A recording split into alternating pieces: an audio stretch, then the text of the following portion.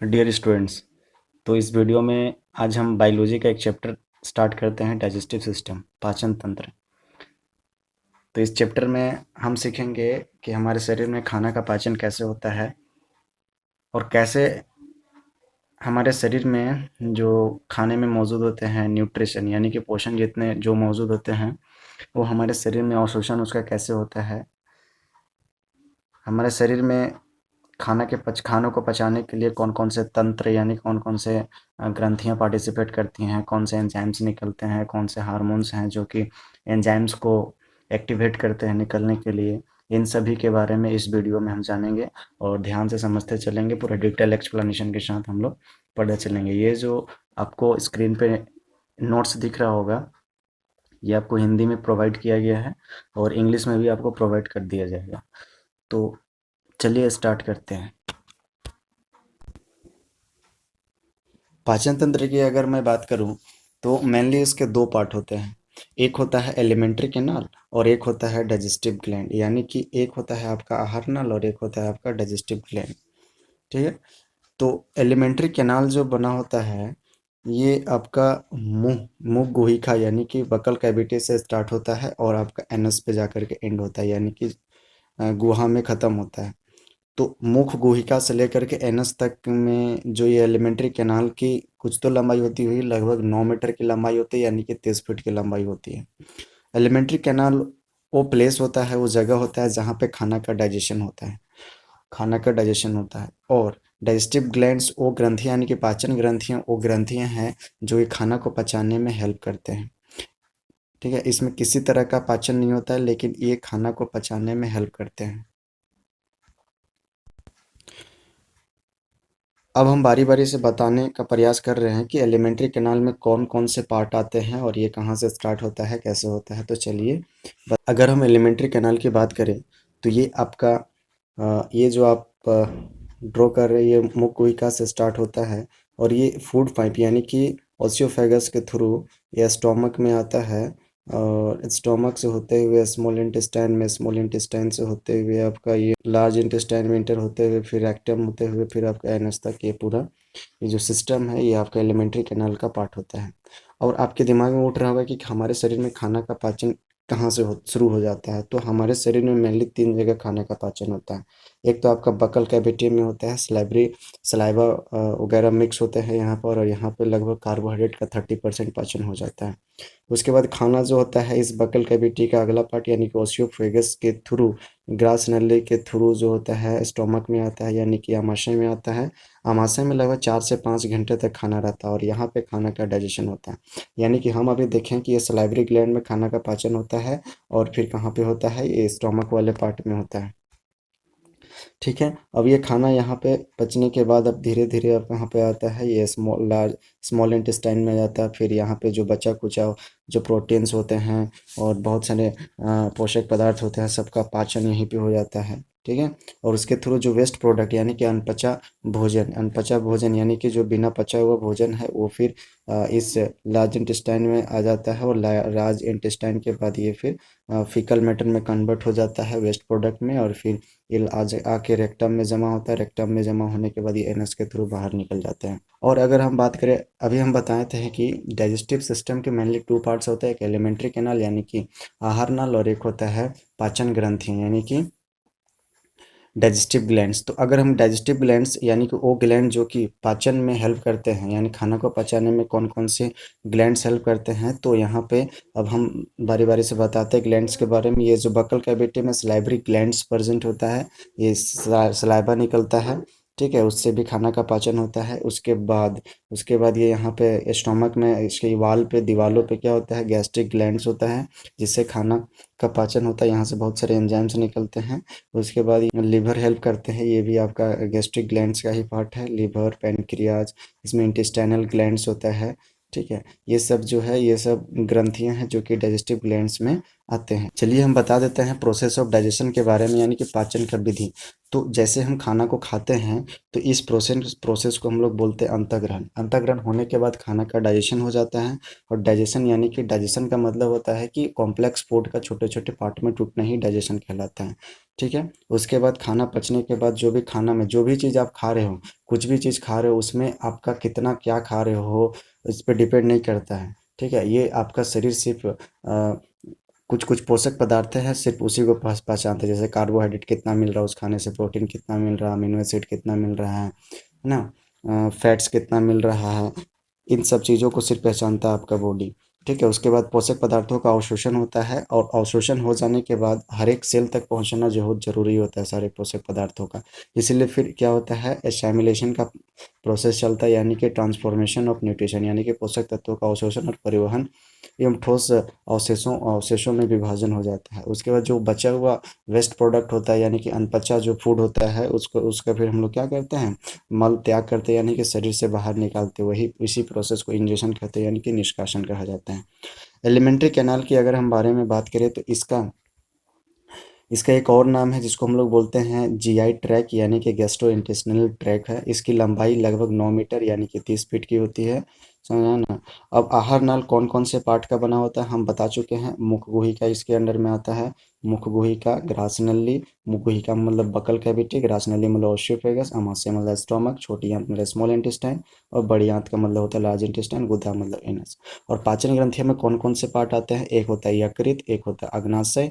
यकृत का मतलब लीवर, अग्नाशय का मतलब होता है पैनक्रियाज, लाल जठर ग्रंथिया का मतलब होता है गैस्ट्रिक ग्लैंड्स, और आंत की ग्रंथियां मतलब इंटेस्टाइनल ग्लैंड्स। ठीक है। सॉरी, ये लार ग्रंथिया का मतलब सलाइवरी ग्लैंड होता है। अब हम बारी बारी से पढ़ते हैं। एलिमेंट्री कैनाल का जो पहला पार्ट होता है, बक्कल कैविटी स्टार्ट करते हैं। तो पाचन तंत्र का यह सबसे पहला स्थान होता है। इसमें कार्बोहाइड्रेट का लगभग 30% का पाचन हो जाता है, बाकी 70% का पाचन आपके स्मॉल इंटेस्टाइन में होता है। ठीक है। और इसमें, और हम अगर बात करें मुख गुहिका में, तो इसमें दो एसेसरी ऑर्गन होता है, जिसे कौन कौन सा होता है, तो एक होता है टीथ और एक होता है टंग, यानी कि एक दांत और एक होता है आपका जीभ। अगर हम दांत के बारे में बात करें, अब हम दांत के बारे में और जीभ के बारे में बारी बारी से पढ़ना स्टार्ट करते हैं। तो ध्यान दीजिएगा, मानव शरीर में जो है जीवन काल में दो बार दांत आते हैं। एक तो एक तो 6 से 24 महीने के बीच आता है, और एक तो 24 महीने के बाद आता है। और जो छो बचपन में जो दांत आते हैं उसको हम लोग बोलते हैं दूध के दांत, और जो 24 महीने के बाद आते हैं उसको बोलते हैं अस्थायी दांत। ये जो बचपन में 6 से 24 महीने के बीच में जो दांत आते हैं, 6 से 7 वर्षों तक सारे टूट जाते हैं। उसके बाद जो दांत आते हैं वो एक परमानेंट टीथ होता है। ये पूरे जीवन काल तक रहते हैं। ठीक है। ये पूरे जीवन काल में मानव शरीर में दो बार दांत आता है, इसीलिए इसको डाइफाइकोडोंट बोला जाता है, यानी कि द्विबार बनते डाइफाइकोडोंट कहते हैं। ठीक है। और अगर हम बात करें, और जनरली पूछा जाता है कि टीथ जो होता है ना कौन से मटेरियल का बना होता है, तो इसके दो ऑप्शन है। ठीक है। एक तो कैल्शियम फॉस्फेट और एक होता है डेंटाइन। पहले तो पूछा जाता था, पहले जो आंसर होता था हमारा, पहले जो आंसर होता था डेंटाइन होता है, डेंटाइन होता था। लेकिन अब जो है ना, अब कैल्शियम फॉस्फेट होता है। इन दोनों में से कोई एक ऑप्शन रहा तब तो सही। अगर दोनों का दोनों ऑप्शन अगर आपका क्वेश्चन में रहेगा तो आपको कैल्शियम फॉस्फेट मार के आना है। ठीक है। और एक मैं बात बता दूं, दांतों के अध्ययन को हम ओडोंटोलॉजी कहा जाता है। अगर दांत के बारे में स्टडी कर रहे हैं तो ये क्या कहलाएगा, ओडोंटोलॉजी कहलाएगा। अब हम स्ट्रक्चर ऑफ टीथ के बारे में बताते हैं, यानी कि टीथ का कैसा स्ट्रक्चर होता है, कैसा बनावट होता है, किसमें क्या प्रेजेंट होता है, देख लेते हैं। ठीक है।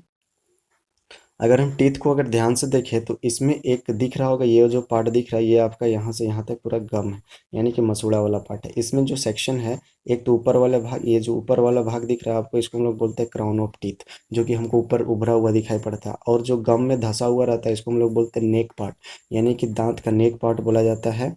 ठीक है। और ये और नीचे में दिख रहा होगा इस तरह से, तो इसको हम लोग बोलते हैं पल्प कैविटी, और यहाँ से नर्व से जुड़े हुए रहते हैं, जिसको हम लोग बोलते हैं रूट्स।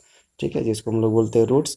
और ये जो ऊपर वाला पार्ट हमको दिखता है दांत का वाइट वाइट सा, इसको हम लोग बोलते हैं इनेमल। और एक बात याद रखना, इनेमल जो होता है हमारे बॉडी का सबसे हार्डेस्ट पार्ट होता है।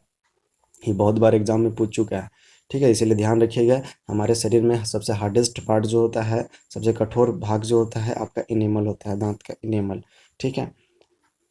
अब इससे रिलेटेड कुछ कुछ वर्ड्स है, इसको ध्यान से सीखने का प्रयास करते हैं। जैसे कि एक तो हम लोग देखे थे डाइफाइकोटोन, इसीलिए बोला जाता है क्योंकि दांत जो होता है ना ज़िंदगी में 2 बार आते हैं, और ये जो सारे के सारे दांत जो होते हैं ह्यूमंस में सब मसूड़े में धंसे होते हैं, इसीलिए थिकोडोंट बोला जाता है, यानी कि गर्ददंते कहते हैं। ठीक है।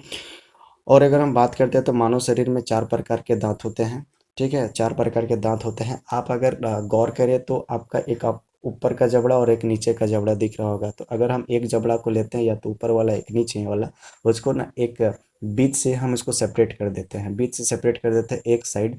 तो एक साइड में आप देख रहे होंगे कि दांत का जो शेप है ना अलग अलग होता है। एक तो सबसे फ्रंट में आपको दिख रहा होगा, इस शेप का दिख रहा होगा दांत, यानी कि इससे बोला जाता है कृंतक यानी इंसिजर्स। और इसका काम क्या होता है? काटना। किसी भी चीज़ को काटने के लिए हम इंसिजर्स का यूज़ करते हैं। ठीक है। और उसके बगल में, जस्ट बगल में देख रहे होंगे तो थोड़ा नुकीला तरह का दांत होता है, जिसको हम लोग बोलते हैं केनाइन, यानी कि जिसका काम क्या होता है? फाड़ना। और इसको इंग्लिश हिंदी में बोला जाता है रदनक। एक होता है प्रीमोलर, उसके उसके बाद में, और एक लास्ट, सबसे लास्ट में जो होता है उसे मोलर बोला जाता है। इन दोनों का काम होता है पीसना या फिर चबाना। ठीक है। अग्रचवर्णक और चवर्णक बोला जाता है। यहाँ पे मानव शरीर में मानव के जो है ना अलग अलग दांत होते हैं, इसीलिए इसे हेट्रोडोंट कहा जाता है। हेट्रोडोंट। ठीक है, यानी कि विषम दंती कहा जाता है। ठीक है, ये समझ में आ गया। अब हम टीथ के बारे में बता दिए। हाँ, एक और हम बता देना चाहते हैं कि डेंटल फार्मूला। देखो, एक होता है आपका, तो अगर हम चाइल्ड की बात करें तो चाइल्ड का जो डेंटल फार्मूला होता है, चाइल्ड का जो डेंटल फार्मूला होता है, याद रखिएगा 2102। ठीक है, यानी कि इंसीजर्स, यानी इंसीजर को ये केनाइन को डिनोट कर रहा है, ये प्री मोलर को, और ये आपका मोलर को डिनोट करते हैं। वहीं अगर हम एडल्ट के बारे में बात करें, एडल्ट ह्यूमन में बात करें, यानी कि इसमें दांतों की संख्या टोटल होती है 32, लेकिन बच्चों में होता है 20। ठीक है, इसका डेंटल फार्मूला होता है 2123। इसमें ये इंसीजर हो गया, केनाइन हो गया, प्रीमोलर हो गया, और ये मोलर हो गया। उम्मीद करते हैं कि आपको ये समझ में आ गया होगा। डेंटल से रिलेटेड ये बहुत बार पूछा जाता है कि चाइल्ड में डेंटल फार्मूला क्या होता है, 2102, एंड एडल्ट में डेंटल फार्मूला क्या होता है, तो तुम्हारा 2123, ये याद रखिएगा। ठीक है। अब हम बात करते हैं अगला एसेसरी ऑर्गन जो कि आपका बकल कैविटी में प्रेजेंट होता है। ये है आपका टंग। ये है आपका टंग। अगर टंग का अगर हम बात करें, फ्रंटल पार्ट जो होता है टंग का, ये फ्री होता है, लेकिन बैक का पार्ट, पीछे का पार्ट जो होता है ना आपका, जुड़ा हुआ रहता है बकल कैविटी के साथ। और दांत, जीभ का कुछ स्ट्रक्चर अगर इस तरह का मान ले, तो सबसे फ्रंट वाला, ये सबसे पहली बात कि ये स्वाद का तंत्र होता है, यानी कि इसमें हमको टेस्ट का पता, टेस्ट बर्ड्स प्रेजेंट होते हैं। और इसमें जो फ्रंटल पार्ट होता है आपका, ये मीठा का आभास दिलाता है, और उससे साइड में यानी कि ये खारा, यानी कि एक खारा का आभास दिलाएगा। और ये फिर जो है ना खट्टा का, सौर का यहाँ से हमको पता चलेगा सौर का। और कड़वा चीज़ कोई अगर हम खा रहे हैं तो हमको इस बैक पार्ट से पता चलता है। ठीक है। तो अगर हम फंक्शन के बारे में बात करें तो ये स्वाद का तंत्र होता है, निगलने में हेल्प करता है, चबाने में मदद करता है, और दांत को साफ करने में भी मदद करता है। इसके बाद हम स्टार्ट करते हैं एलिमेंट्री कैनाल का अगला पार्ट। बगल कैविटी हमने सिखा दिया आपको। अब हम स्टार्ट करते हैं ओस्टियोफेगस, यानी कि ग्रास नली। ग्रास नली की अगर हम बात करें तो ये आपका, जहाँ पे बगल कैविटी खत्म होता है वहाँ पे प्रेजेंट होता है आपका फेरिंग्स। और फेरिंग्स से दो छेद होते हैं, फेरिंग्स में दो छेद होते हैं। एक छेद आपका विंड पाइप के साथ जुड़ा हुआ रहता है, और एक छेद आपका ओसियोफेगस यानी कि फूड पाइप के साथ जुड़ा हुआ रहता है। अब खाना जो हम मुंह में खा रहे हैं, अब ये बकल कैविटी से कहाँ पे आता है? ओसियोफेगस में आता है। ओसियोफेगस की अगर हम बात करें तो ये एसियो खाना को लेकर के कहाँ के जाता है, कहाँ पे जाता है? तो ये ओसियोफेगस जो है ना खाना को लेकर के स्टोमक में लेकर के जाता है, यानी कि आमाशय में लेकर के जाता है। इसकी लंबाई लगभग कितनी होती है? इसकी लंबाई 25 सेंटीमीटर की इसकी लंबाई होती है।